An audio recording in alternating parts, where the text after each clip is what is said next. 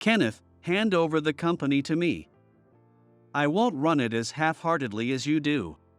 I was hit with this sudden declaration from Henry, my younger brother at the company I had inherited from our dad. He had always been more capable than me. But I had worked with my own sense of conviction. I had prioritized dialogue with the field and valued human connections, dedicating myself to the company. And now, to be called half-hearted. According to my calculations, if you keep running the company this way, it will definitely fall into the red within 3 years. This isn't some armchair theory, it's a forecast based on meticulous analysis. Look at reality. You've never beaten me, not in academics, sports, or work. What did you say? Before I knew it, I had grabbed him by the collar. The atmosphere in the conference room froze in an instant. Henry, with a faint smirk, turned to the board members and said, "Look, everyone. He's being emotional and resorting to violence. This is your current president." I slowly let go of him. The board members' disappointed gazes pierced my back. "Fine. I'll hand the company over to you. Dad, I'm sorry. As a president, as an older brother, I've completely lost. But this isn't the end. It's the beginning of a new story. How about working with us? I'll pay you triple what you're making now." That single remark would soon set the gears of fate in motion. The curtain was about to rise on an extraordinary tale involving my brother, myself, and the company. My name is Kenneth Yates. I work as the head of sales at Scott Trading Company, where my dad served as president. Scott Trading specializes in exporting Japan's top-tier electronic products to countries around the world. Our achievements in Asia are unparalleled, and the trust my father built during his youth remains an unshakable asset.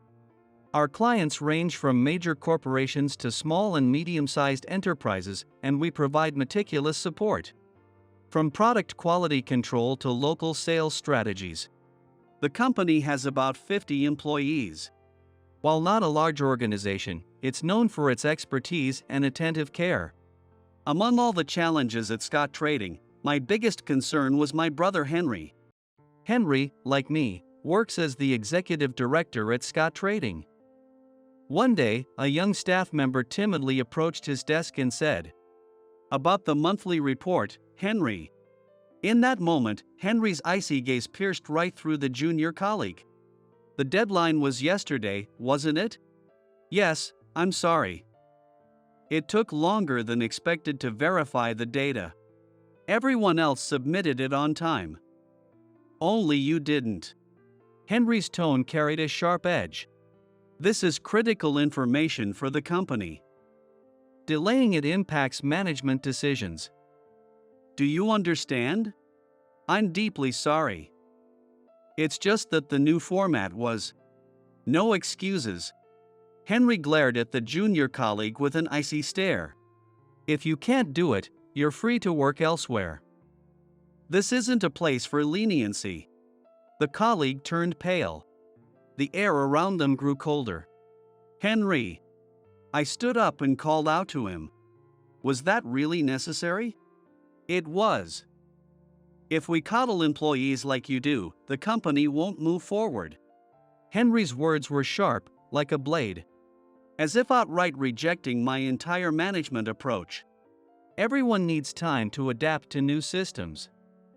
We should guide them with care. Is this really the time to be so complacent? The Asian market changes every day. Those who can't adapt have no choice but to leave. At that moment, I noticed the junior colleague trembling slightly. I approached him and gently placed a hand on his shoulder. "It's okay. Let's go through it together. The new system is challenging, but I know you can handle it." A faint glimmer of hope returned to the colleague's eyes. But Henry sneered coldly. "That's just like you, Kenneth. Encouraging incompetence under the guise of kindness." Henry stood up, leaving behind an icy glare, and disappeared into the meeting room. His retreating figure radiated a coldness that kept others at a distance. "I'm sorry about earlier. After the colleague had gone, I walked over to Henry's desk. Henry was silently working at his computer, engrossed in a complex financial analysis.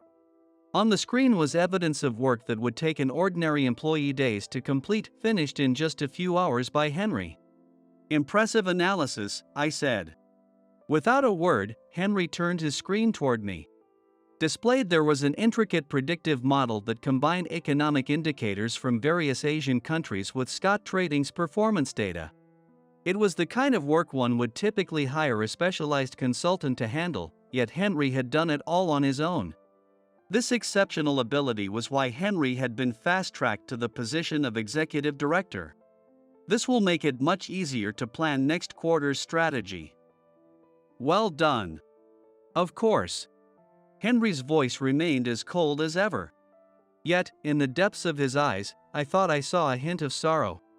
Henry had always been a prodigy, excelling far beyond his peers since his school days.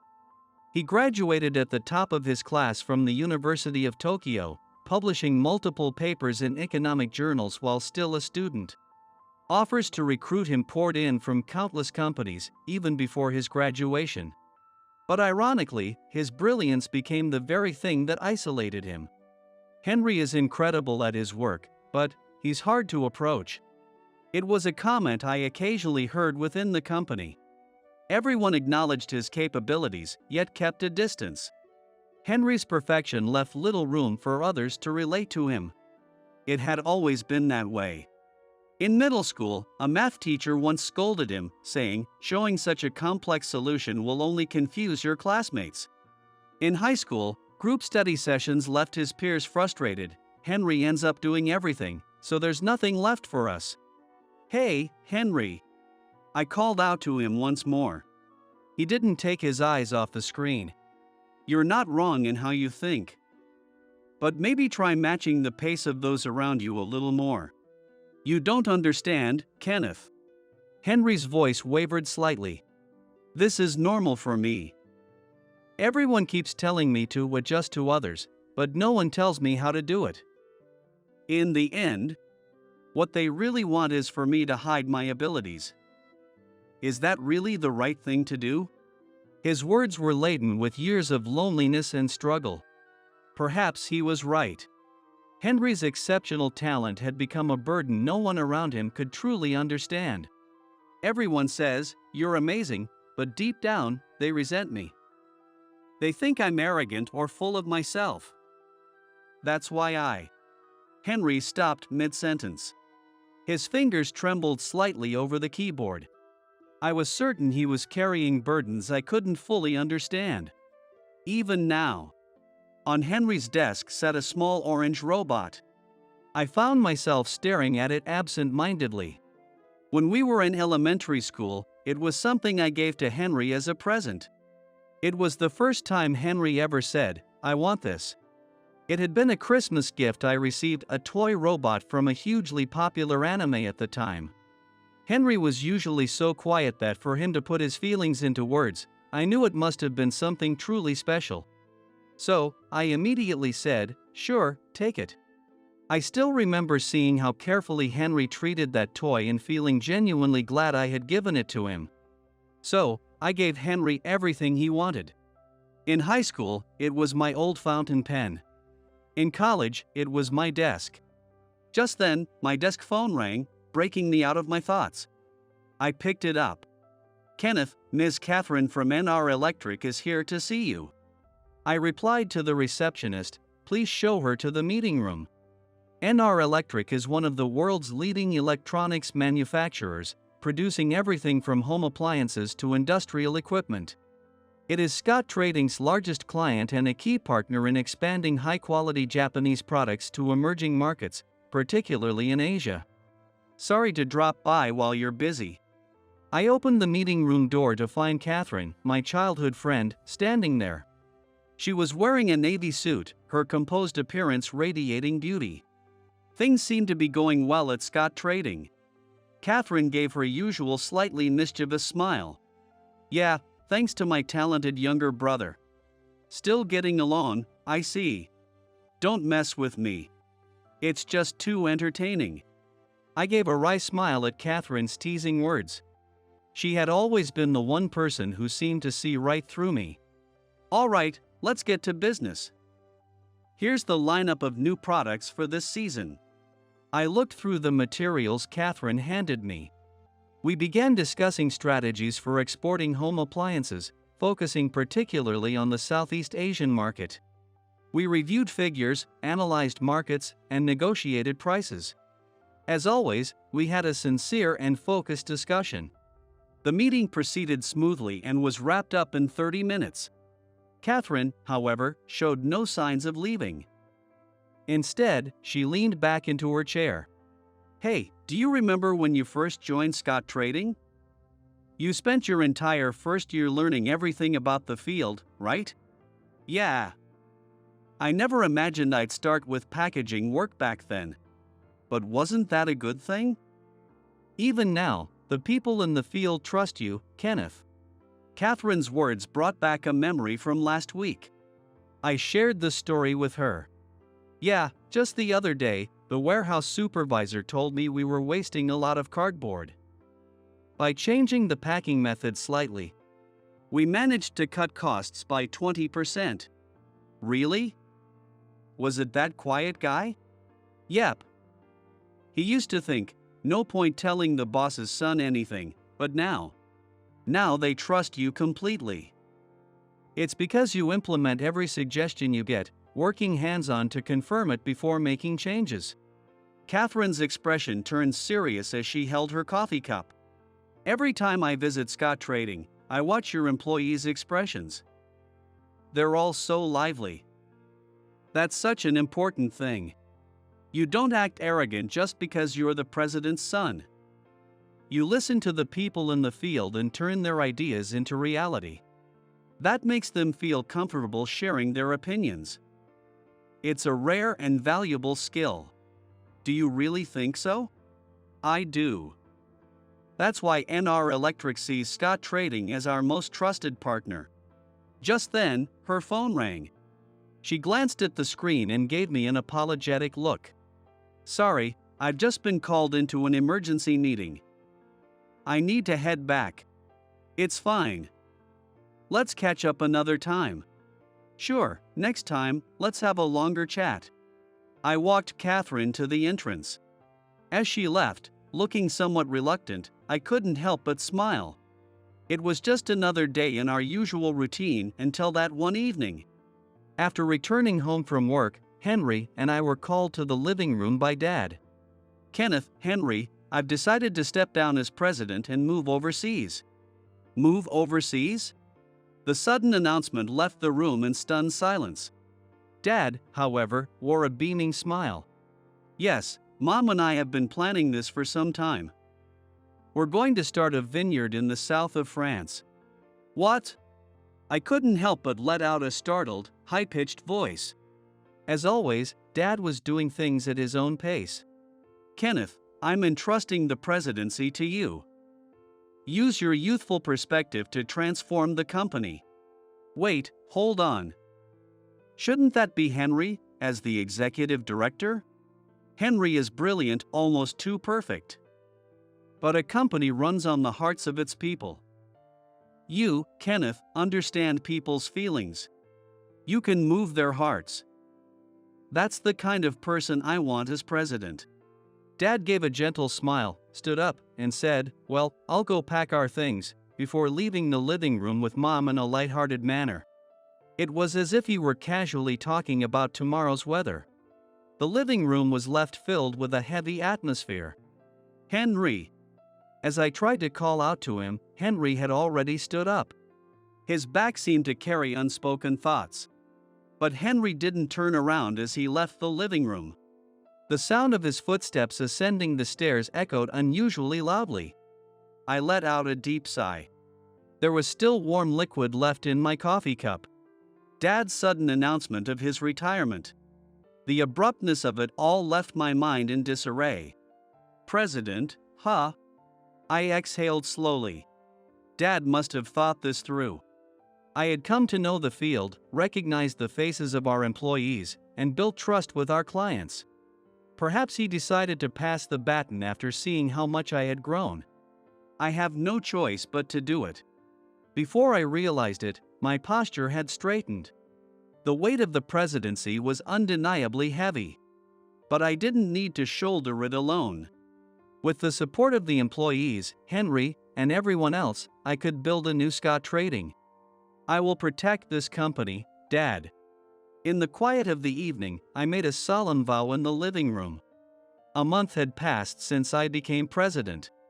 There was a lot to learn about running a company. But Charlotte, who had worked closely with Dad as his secretary, supported me efficiently. Her straight black hair, composed demeanor, intelligent gaze, and gentle manner naturally put those around her at ease. However, behind her elegant appearance, she was astonishingly effective at her job. She could quickly organize complex matters and make precise decisions. Her presence was a tremendous source of reassurance for a novice president like me. Mr. Yates, here's today's schedule. Thank you. Oh, and Charlotte. I decided to go ahead with that suggestion from before, creating a space in the employee cafeteria where everyone can chat freely. Her eyes sparkled slightly. This will be a great opportunity to hear directly from the field. Exactly. Back in my father's time, there always seemed to be a wall between him and the employees. As we walked down the hallway talking, two new employees passed by and bowed politely. I smiled and greeted them. Good morning. I'm looking forward to your presentation today. What? Mr. Yates, you're coming to our presentation? Of course. Your proposal sounded interesting. The two exchanged delighted glances. Then, looking a bit buoyant with excitement, they walked off. I turned back to Charlotte. Charlotte, thanks for scheduling me to attend their presentation. No, Mr. Yates. Your goal of remembering every employee's name and face is progressing steadily. Charlotte smiled quietly. Charlotte, let's make it a great day. Yes, Mr. Yates. Her composed response straightened my posture as I stepped forward into a new day. Even as president, however, Henry continued to occupy my thoughts.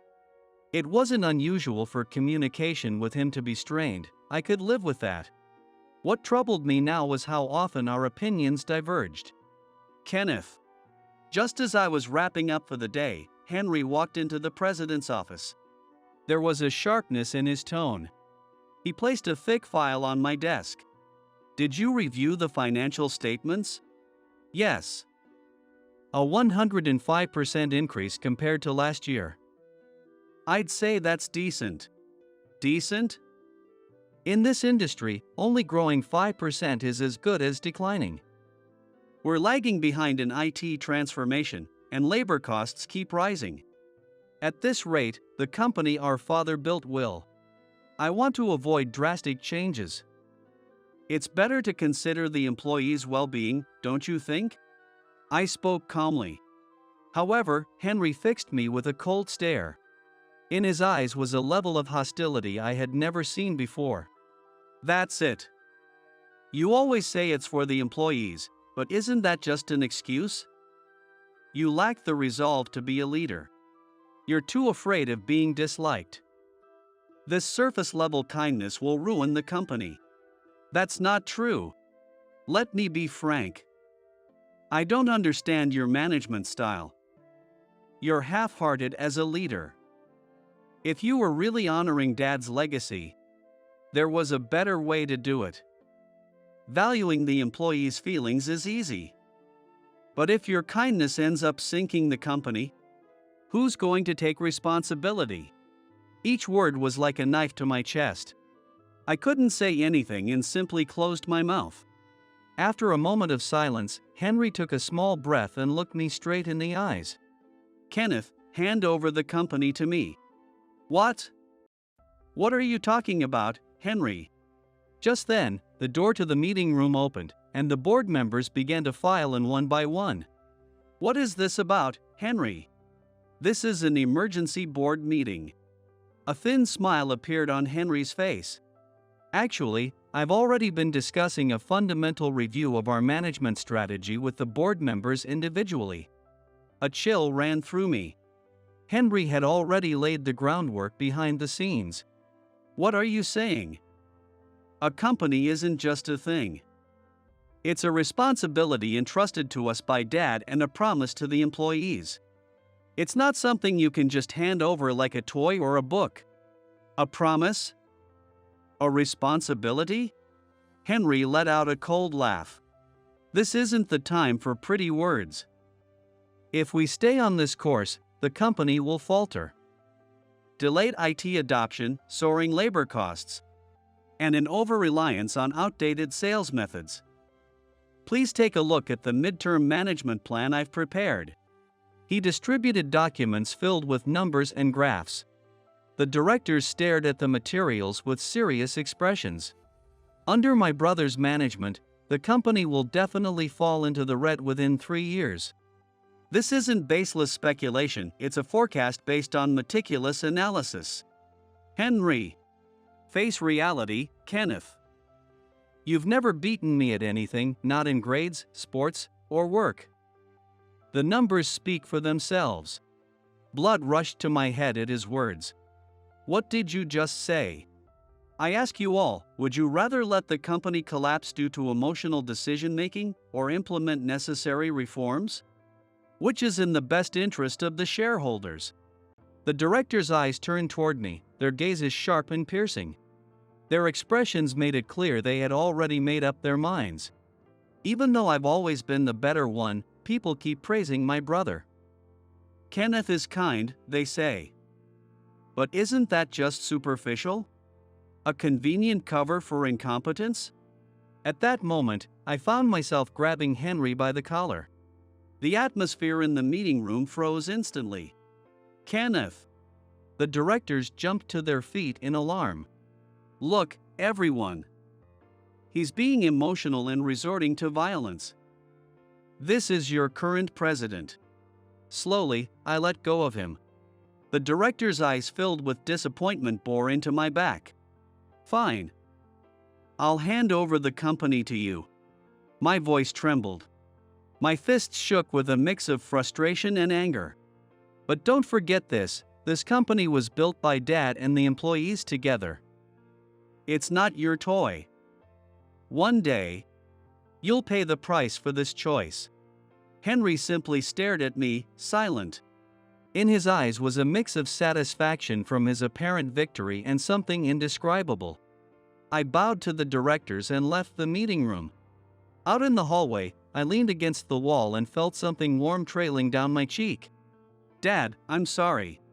As a president and as an older brother, I've completely lost. The week after my resignation speech, Katherine visited me at home. Her usual playful expression was gone, replaced by an unusually serious demeanor. Seated on the living room sofa, she handed me an envelope. Kenneth, join my company. I'll offer you triple your current salary. What? Katherine, that's a bit much for a joke, don't you think? I'm serious. Katherine pressed the envelope into my hands. Hesitantly, I opened it to find an employment contract with incredibly favorable terms. Placing her hands firmly on the table, Katherine met my eyes directly. I've watched the way you work, how you interact with employees, your dedication to listening to the field, and most importantly, your ability to build trust with anyone. Losing you is a huge loss for Scott Trading. But for us, it's an incredible opportunity. Kenneth, there's still a place for you. A place where your abilities will be recognized and appreciated. Her words lit a warmth deep in my chest. I never knew you thought so highly of me, Katherine. Please. Who do you think I am? I'm your childhood friend. I know you better than anyone. Katherine raised her chin proudly, a mischievous smile playing on her lips. All right. I'd like to join NR Electric. When I extended my hand, Katherine, her cheeks slightly flushed, took it with a radiant smile. 3 months after joining NR Electric, I got settled into my role. I was soon assigned to a new project focused on the Southeast Asian market. Kenneth, this deal isn't going well. Do you have any ideas? Thomas, a veteran employee, came to me with a troubled expression. He explained that negotiations with a major electronics retailer in Malaysia had stalled. What exactly is the situation? They're saying our product prices are too high. But if we lower them any further, we won't break even. While reviewing the materials, I also checked the communications with the local staff. That's when I noticed something odd. There was a strange tension in the email exchanges. The replies from the other party felt vague and overly cautious, as if they were carefully choosing their words. When did this negotiation start? About 3 months ago. The tone of their messages has changed since the beginning, hasn't it? I laid the emails out chronologically and pointed it out. Look at this. At first, they were saying things like, "We're very interested in your products," with a positive tone. But then it gradually shifted to phrases like, "We'll review this internally," or "We'll consult with upper management." Yeah, so I thought it was about pricing. I don't think that's it. I pointed to the most recent email. This use of "we're sorry." For us, it's an apology, but in English-speaking parts of Asia, it's often just a preface. This person seems to be under a lot of pressure, don't they? Thomas's eyes widened. So, it's something other than pricing. It's the kind of pressure that comes with being young in a big negotiation. Why don't we try speaking with them directly? Thomas and I set up an online meeting with the local team. On the screen appeared the other party's representative, Kyle. He was young, energetic, and confident in appearance. But I could also see a hint of anxiety in his eyes. We highly value the quality of your products. However, I gently interrupted him. Excuse me, before we continue, may I ask how long you've been with your company? It's been 2 years. Handling a major deal must be a lot of pressure. At those words, his expression changed. To be honest, my boss has been pressuring me to secure a price reduction at all costs. But I understand the value of your products. And I'm caught in the middle. In that case, while we can't lower the price, we can offer added value to make up for it. I have 3 specific proposals. First, a technical training program for your local staff. This will include not just product knowledge but thorough instruction on Japanese-style quality management. Second, 24/7 after-sales support. This will cover immediate responses to any issues as well as comprehensive preventive maintenance. I carefully observed their reaction before continuing. And finally, we'll support training for your sales staff. With these as a foundation, we propose a 3-year plan to gradually expand the scale of our partnership. Our aim is to grow together as long-term partners. This approach will also help your young sales team improve their skills, and it will give us opportunities to communicate the true value of our products. Kyle's eyes lit up. Let's proceed in that direction. And just like that, the stalled negotiation was successfully concluded. Thomas enthusiastically thanked me, saying, "Thanks so much, Kenneth." That marked the beginning of my growing reputation within the company. Kenneth, do you have a moment? I've got something I need your advice on. Before I knew it, I was being approached multiple times a day. Why don't you think about it this way? Let's start by putting ourselves in their shoes and figuring out what they're looking for. Sales staff stuck in negotiations with overseas buyers, the planning team struggling to create effective materials for new products, and junior colleagues grappling with client interactions. I shared my experiences and the know-how I had gained from working in the field with them, little by little. Even in the break room, I naturally became the center of a circle. Sometimes it was work-related advice, and other times it was lighthearted small talk. In this space filled with laughter, I could see the employees' expressions growing brighter day by day. By the time I had fully adjusted to working at NR Electric, I was sitting alone in the break room one day when Katherine walked in and handed me a cup of coffee. As expected, Kenneth. You've already won everyone over.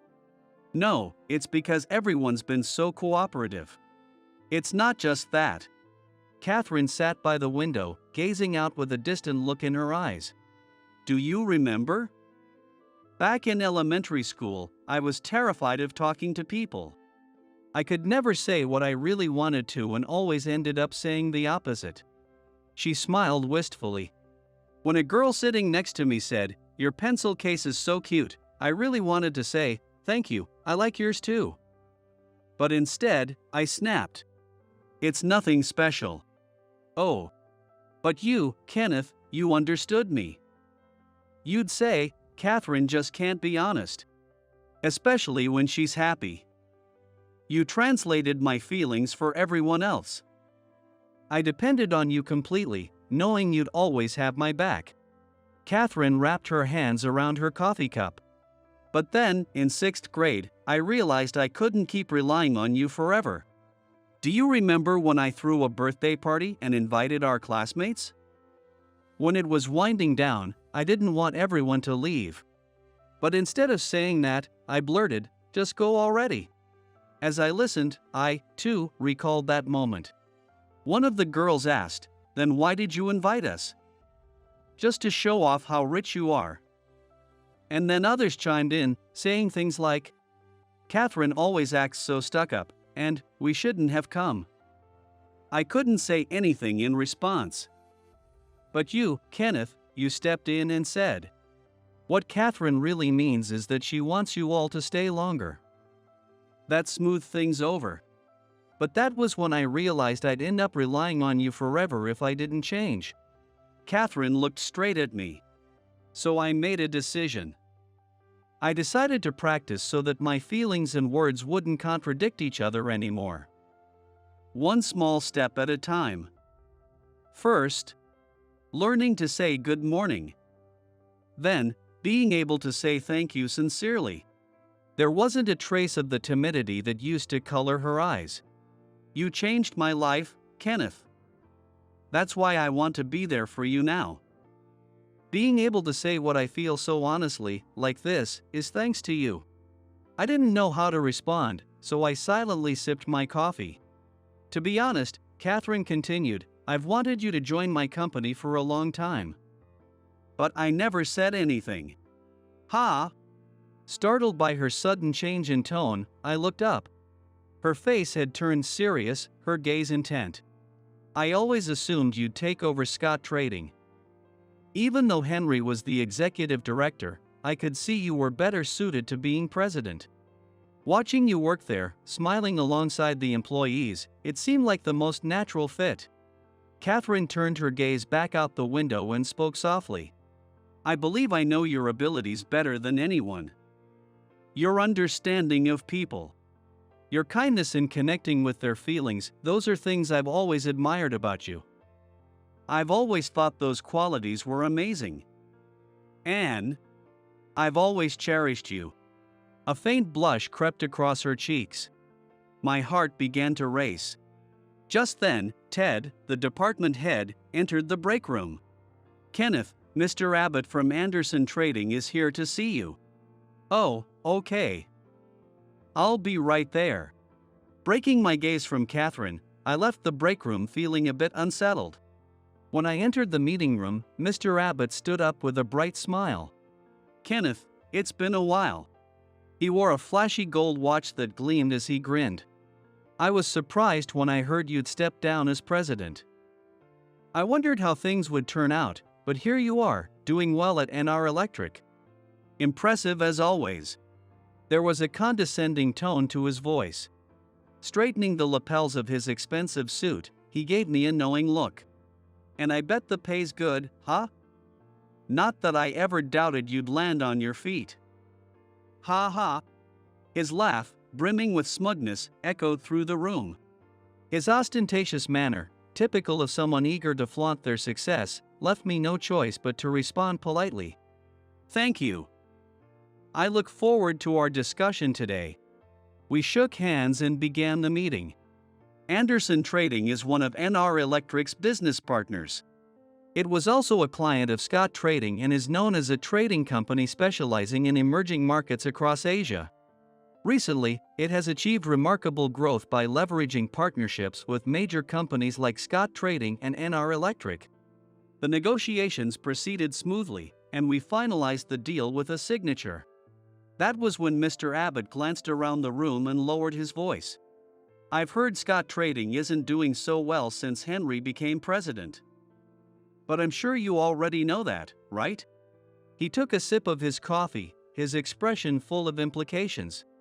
I've been hearing about a forced push for IT reforms that ignore the field, benefits cuts disguised as cost savings, and aggressive price hikes that have strained relationships with clients. On top of that, talented employees are leaving one after another. At this rate, Mr. Abbott stopped mid-sentence. But it was clear from his tone that he was implying, collapse is near. He let out a deep sigh. Kenneth, the reason I brought this up is that I'm worried about my daughter, Charlotte.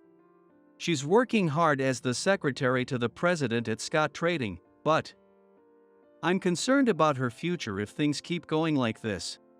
Mr. Abbott lowered his voice further, watching me carefully. Yes, Mr. Abbott's daughter, Charlotte, is the secretary to the president at Scott Trading. She must now be working loyally under Henry. If the company were to falter, her position would also be at risk. It's only natural for her father, Mr. Abbott, to be concerned. That's why I'd like you to take Charlotte under your care. Take her under my care? Ah, you mean bring her to NR Electric? If that's the case. No, not that. I'm thinking of you as her husband. What? I couldn't help but stare at Mr. Abbott in shock. You of all people must understand Charlotte's qualities. You had her by your side as your secretary for a while, didn't you? She's meticulous, capable, and dependable. And I think Charlotte herself wouldn't be against marrying you. I was taken aback. I was well aware of Charlotte's exceptional capabilities from personal experience. But still, sensing my hesitation, Mr. Abbott placed his hands on the desk and leaned forward. How about at least meeting her formally? You could talk about more than work. I'm sure you'd see how suitable she'd be as your wife. Let me be blunt, Charlotte is beautiful, kind, and my pride and joy. It was true that Charlotte's beauty was well known in the company. But I'd never thought of her that way before. I took a deep breath. If I agreed, it could strengthen my relationship with Anderson Trading. A simple meeting wouldn't hurt, right? All right. I'll agree to the formal meeting. I nodded quietly. Wonderful. That's the Kenneth I know, decisive. Mr. Abbott left with a broad smile on his face. After he was gone, I worked through the afternoon in a distracted, absent-minded state. Noticing this, Katherine approached my desk after work. Kenneth, what's wrong? You've been acting strange since the meeting with Anderson Trading.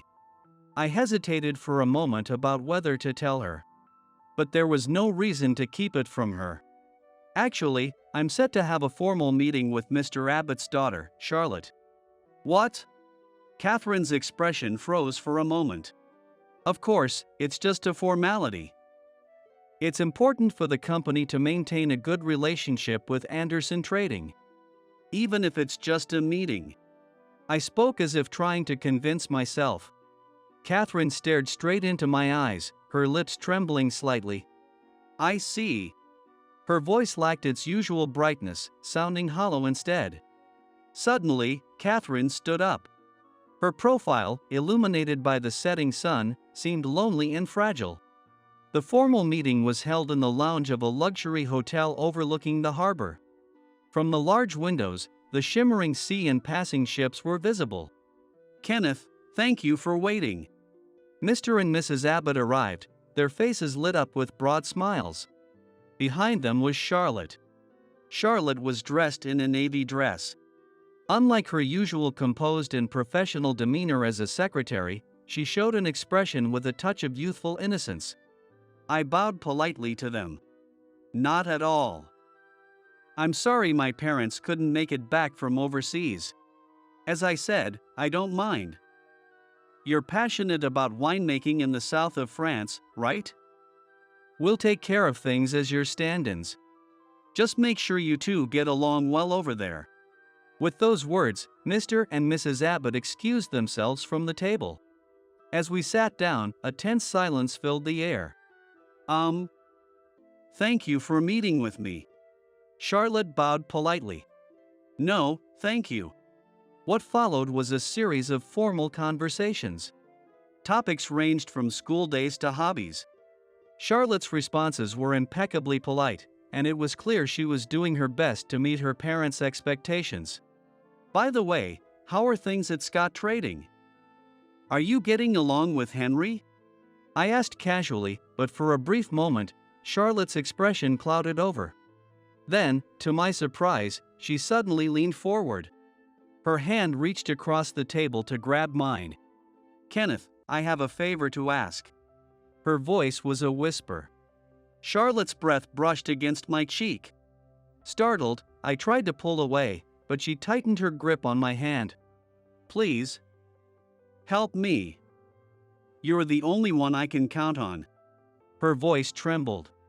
Tears, like pearls, rolled down her cheeks. I gasped. The expression Charlotte wore now was filled with an earnestness that was unimaginable from her usual composed demeanor as a secretary. Take your time. Please, tell me everything. I spoke quietly. Outside the large window, a yacht with white sails billowed as it quietly left the harbor. A few days later, I was back in the meeting room to negotiate with Mr. Abbott. That day, we were set to finalize a major contract with Anderson Trading. The deal was to jointly market NR Electric's new products in the Asian region. The agreement promised significant profits by combining Mr. Abbott's sales prowess with NR Electric's extensive network. The contract was already prepared. Kenneth. Mr. Abbott entered the meeting room with a broad smile. In high spirits, he sat down leisurely in his chair. So, how did things go with my daughter? Sipping his coffee, Mr. Abbott gave me a knowing look. We had a lively conversation, and I believe we're building a good relationship.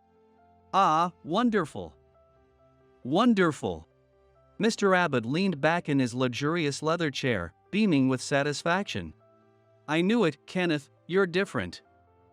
From the start, I believed you were the right person to lead Scott Trading. But now, seeing you thrive at NR Electric, I think it's even better. This company is poised for great growth.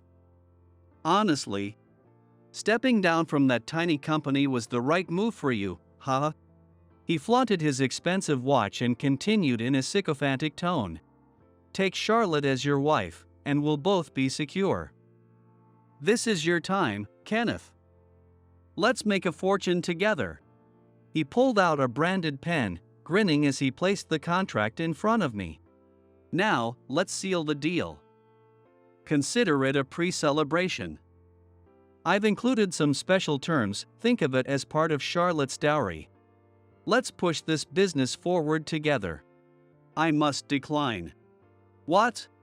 The fawning smile on Mr. Abbott's face froze instantly. I'm sorry, but I'm withdrawing from this contract entirely. Wait a minute.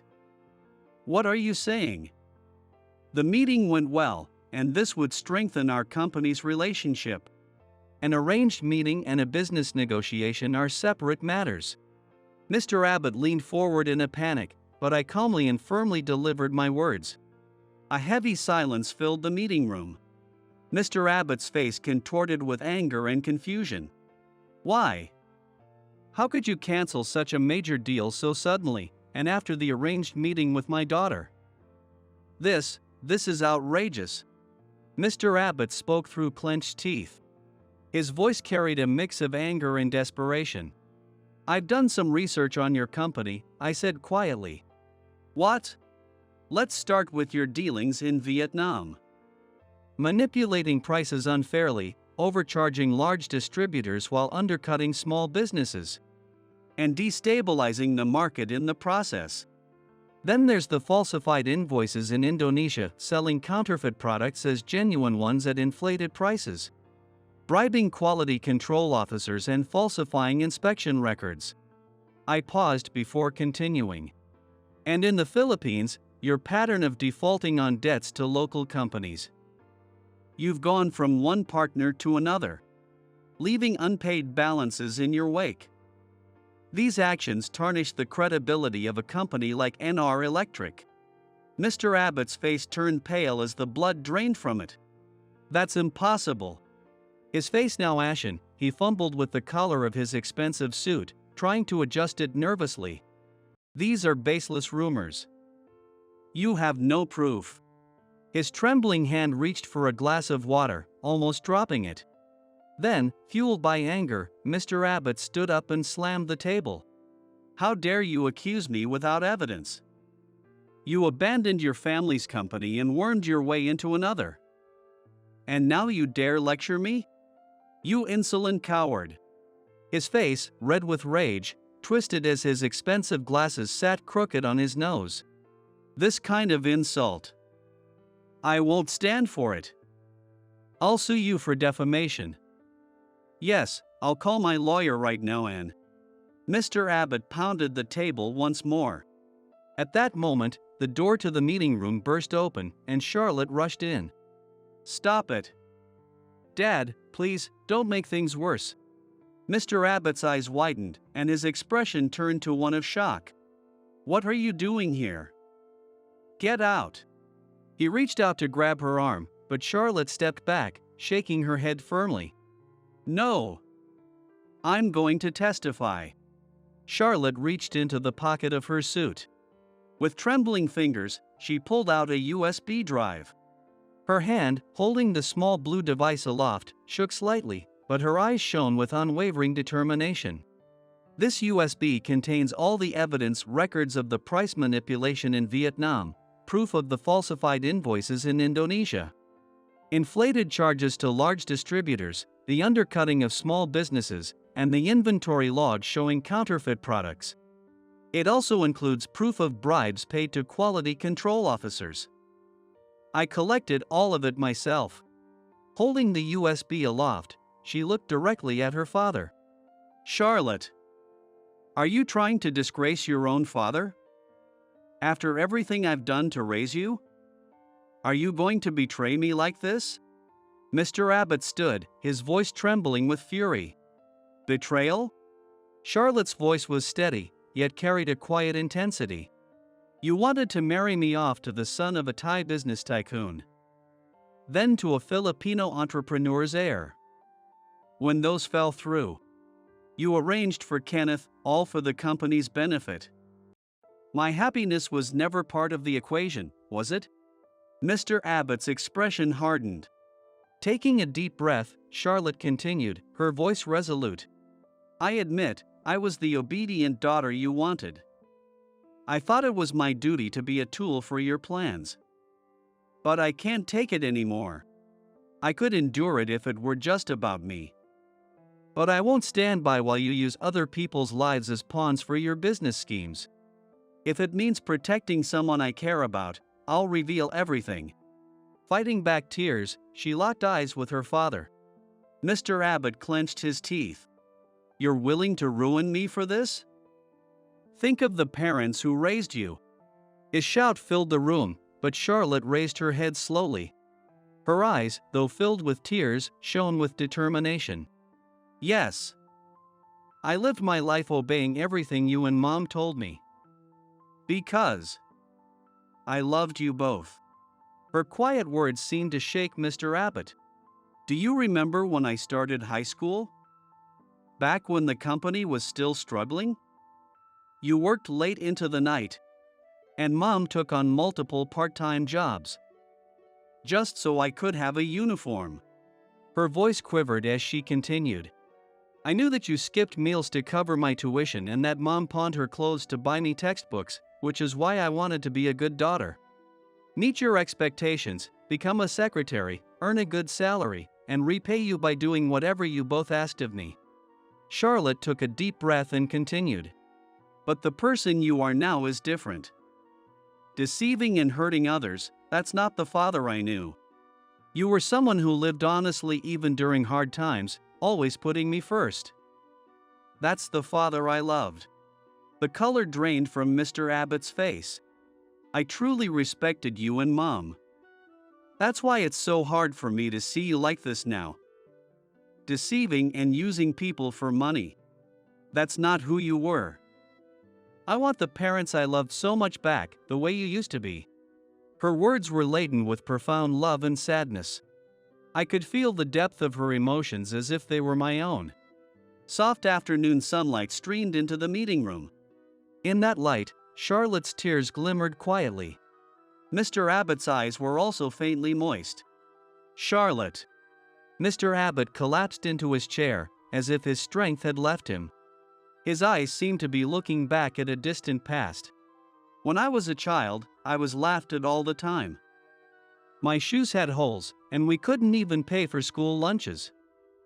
When I visited friends' houses, I'd hear, "That poor kid from the rundown family is here." My mom worked late into the night, but even then, I never had a single thing that other kids did. He clenched his fists.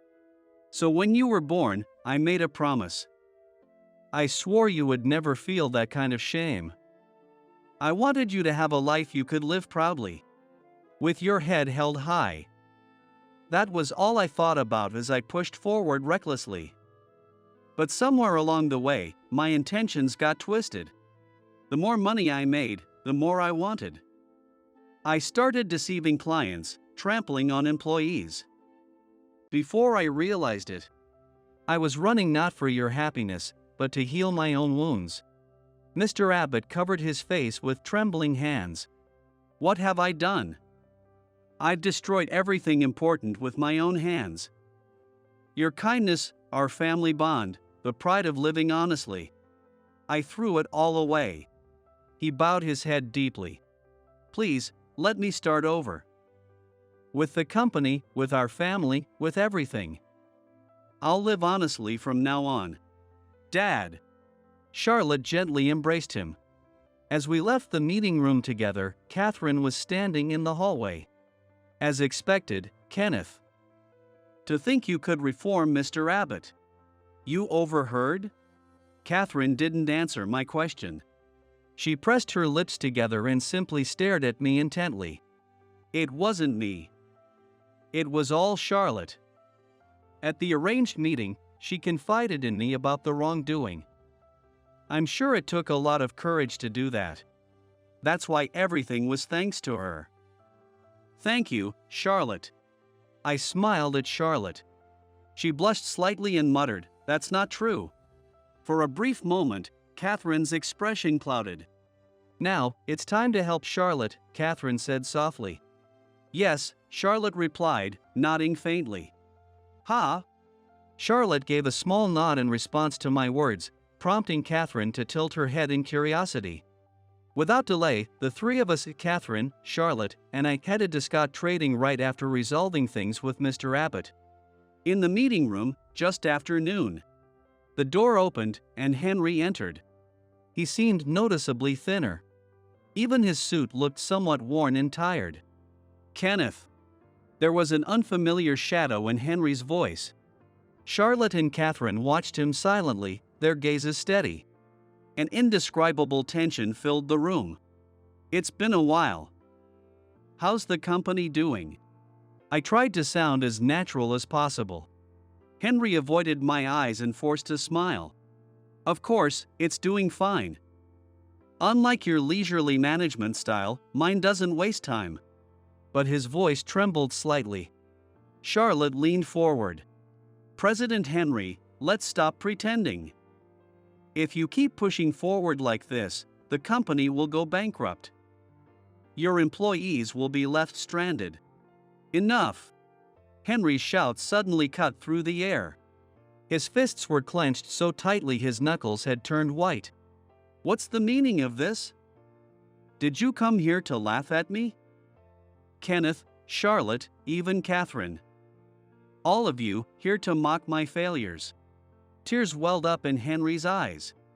The strong facade he had maintained began to crumble, revealing the look of a child seeking help. That's not it. We came here today to propose an M&A. What? Henry's eyes widened in surprise. Katherine took out her phone. I've analyzed Scott Trading's performance over the past 6 months.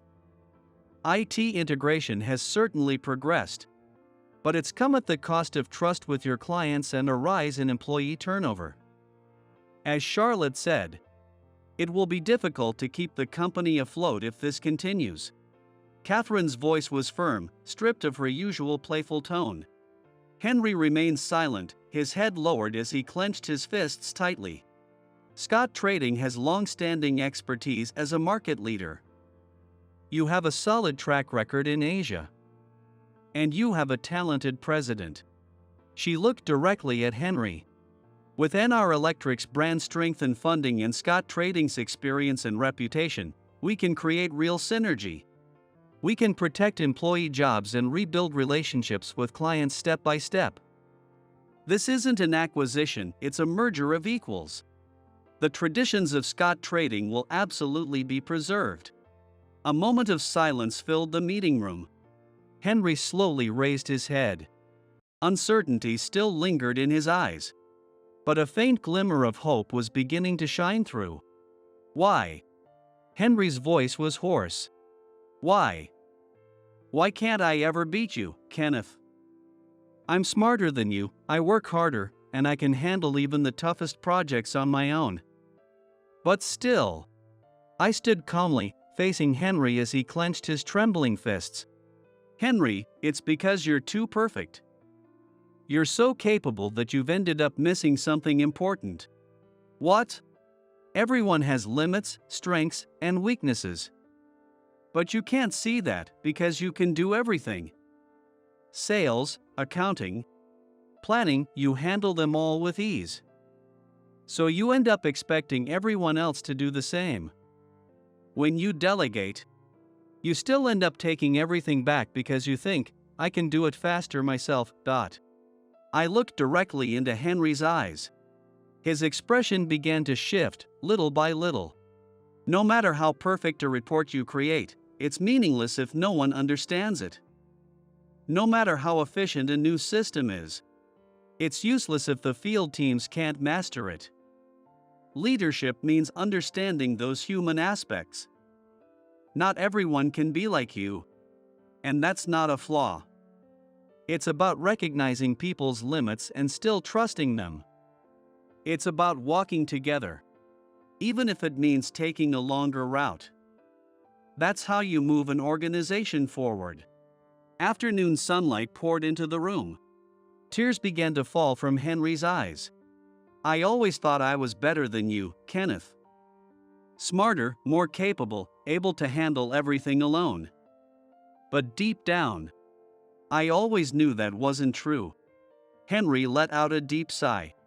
I envied you, Kenneth. Everyone who met you liked you, classmates, employees, clients, everyone. You always had people around you, always smiling. His voice faltered. Do you remember? When I was in high school, I brought my girlfriend home. At first, she liked me. But after talking to you, she said, your brother is such a wonderful person. She never smiled at me the way she did with you. Eventually, she told me she liked you and broke up with me. Henry covered his face with his hands. The sunlight streaming in illuminated Henry's shoulders, casting long shadows on the floor. Lowering his hands slowly, Henry looked at Charlotte. His tired eyes were filled with resignation and sadness. Charlotte must have fallen for you too, right? You even had an arranged meeting. Of course she would. You're so much better than me, bright, kind, trusted by everyone. Even Charlotte must. Henry's voice trailed off, tinged with self-deprecation. Charlotte gasped at his words. That's not true. My voice was quiet but firm, resonating clearly in the room. Henry looked at me, his eyes widening in surprise. Do you know why she agreed to the arranged meeting with me? Because she likes you. That's wrong. She did it all for you. Henry wore a confused expression. Charlotte was desperate. She said, "Please help Scott Trading and Henry. I can't bear to see him suffer any longer," and she bowed her head to me at the matchmaking meeting. "What? I've known for a while. I knew you and Charlotte were dating. Anyone could tell just by the way you two looked at each other at work." Henry averted his gaze slightly, looking uncomfortable. "That's why I agreed to the matchmaking meeting. I knew there had to be a reason why someone as serious as Charlotte would take such an action. It was clear she was cornered and felt she had no choice." I continued slowly. "And someone important to my younger brother came to me for help. There was no way I could just stand by and do nothing." Tears welled up in Henry's eyes. "I took the president's seat from you, Kenneth, because of Charlotte," Henry said, his voice trembling. "At the time, Charlotte and I were together. We were even thinking about marriage. But Mr. and Mrs. Abbott were against it. They said, 'Our daughter marrying a second son? Ridiculous.'" Henry continued, still looking down. "You're just the second son. My daughter should marry the president of a top-tier company," they said as they dragged Charlotte from one arranged meeting to another. That's why I was so desperate. I thought if I became the president, they'd finally accept my relationship with her. That's why I went as far as forcing you out to take this position." Henry's voice caught as he spoke. "But things didn't go well. The numbers dropped, employees started leaving, and Mr. Abbott said, 'I'm worried about my daughter's future with a company like this.' Eventually, he and his wife gave up on me entirely. I wanted to do it all for Charlotte, but in the end, I only made her suffer." Henry raised his head to look at Charlotte. "Charlotte has always been my light.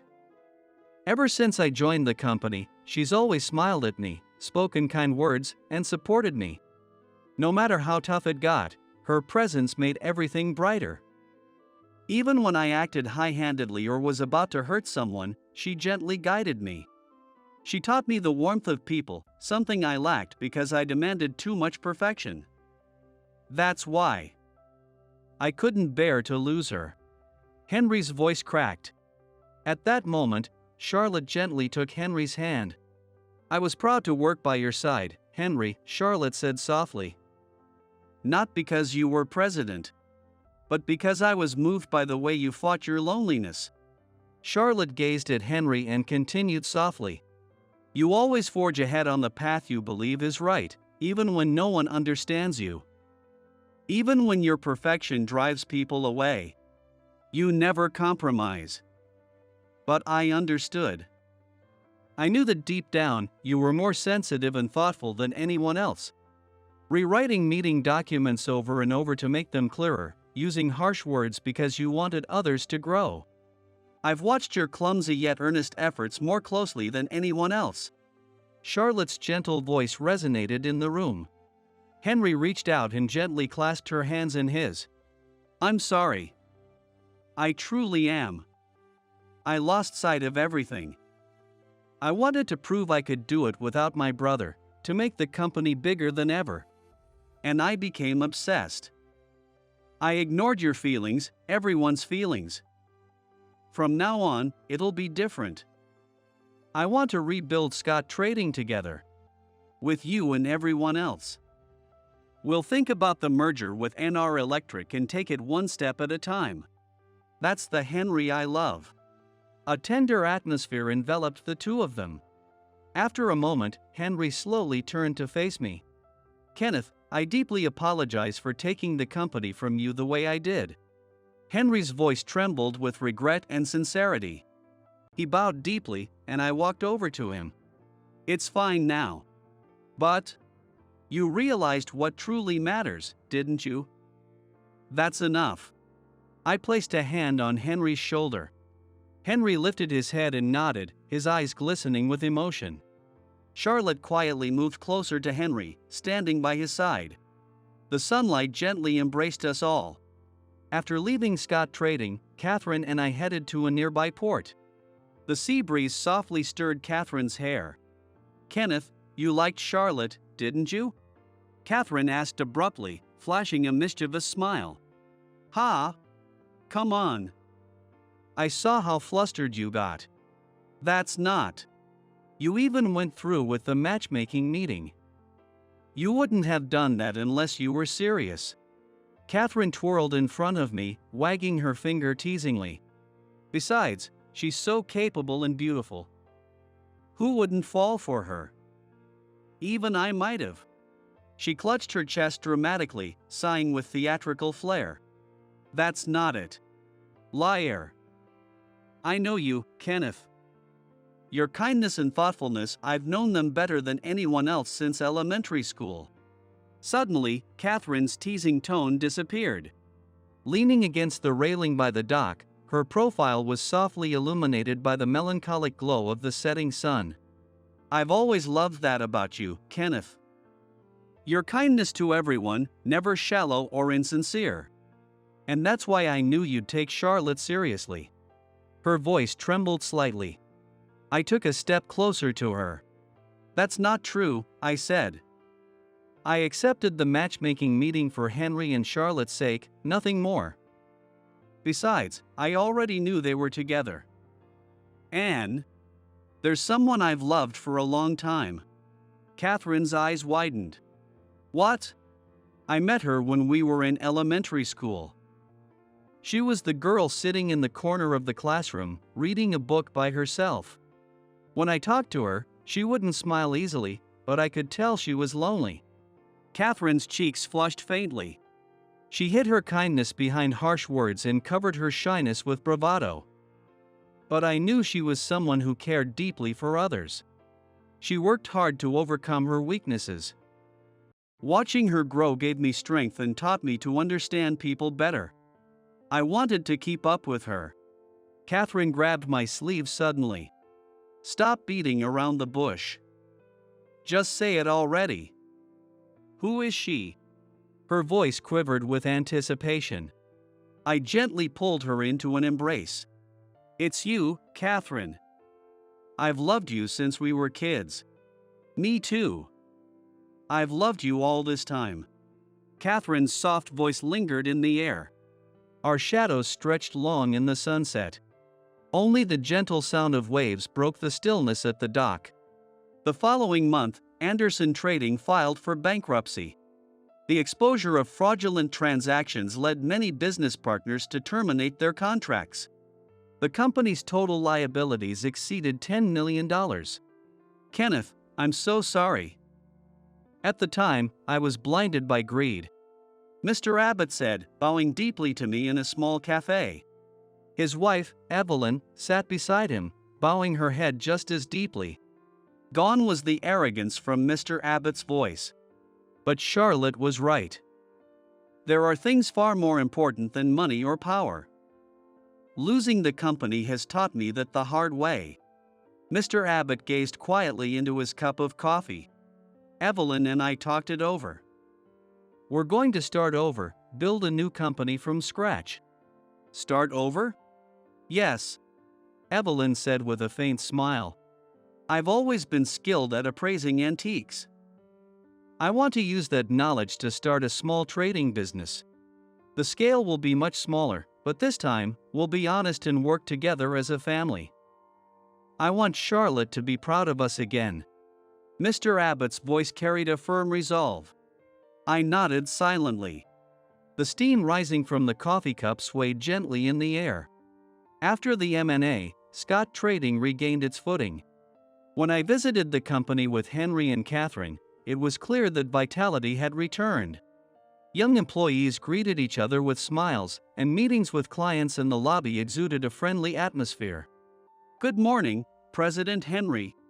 Elliot, a team leader from the sales department, said cheerfully as he passed in the hallway. "That recent negotiation went great. The client said they were deeply impressed by your sincerity. It's all thanks to everyone's support." Henry, bowing humbly, was met with warm gazes from the employees. On the ring finger of his left hand, a subtle platinum ring gleamed softly. As I entered the meeting room, Charlotte was distributing documents. Her posture remained as upright as ever, but her expression had softened. On her finger, the same design of platinum ring as Henry's shone gently. When everyone had gathered, and the materials were distributed, Henry stood at the front and began speaking in a calm voice. "This is the quarterly performance report. Since our merger with NR Electric, our market share in Asia has increased by 15%. The introduction of the new system, shaped by input from the field, has proven to be highly effective." As I glanced over the documents, I found myself smiling. Beyond the numbers lay visible change. Employee turnover had significantly improved. Trust from business partners was gradually being restored. Most importantly, Henry's once tense shoulders now appeared more relaxed. This success is thanks to all of you. I'm grateful you've stood by me. I hope to continue relying on your support as we move forward. Thank you. Henry's words were met with warm applause in the conference room. Henry and Charlotte exchanged joyful glances. Their rings glimmered in the morning sunlight. That evening, at a seaside restaurant in the port town, it was just Katherine and me having dinner together. Through the glass windows, the harbor was painted in the hues of sunset. The candle on the table softly illuminated Katherine's gentle expression. Even Henry and Charlotte looked so happy. Katherine spoke, gazing into her wineglass. Yes, they did. During today's meeting, their matching rings were really shining. It makes me a little jealous. What? I mean, even though we're dating, Kenneth, you're not really romantic, are you? It feels like we're still stuck in that childhood friend phase. Katherine lowered her gaze. I quietly stood up and knelt beside her. What are you doing? Katherine's voice rose in surprise.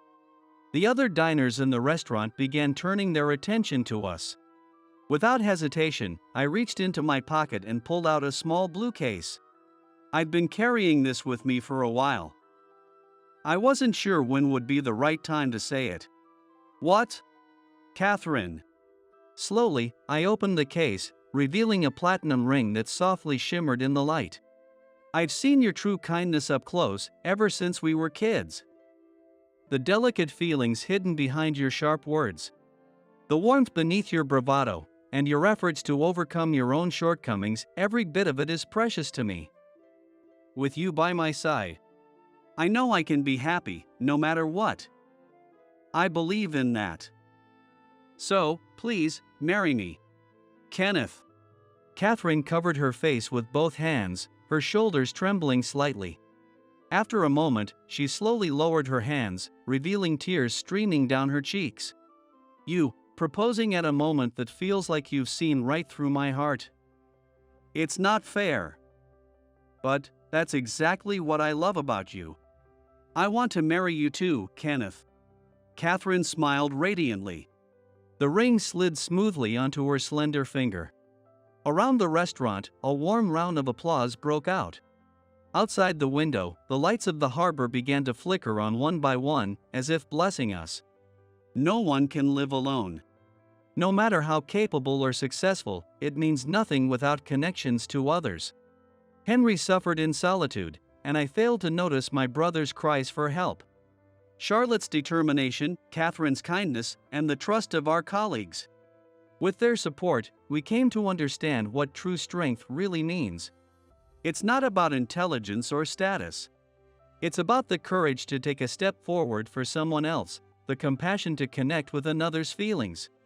And above all, it's about treasuring the bonds that tie people together. True strength lies in the ability to connect with others. That is a truth I want to carry forward with pride.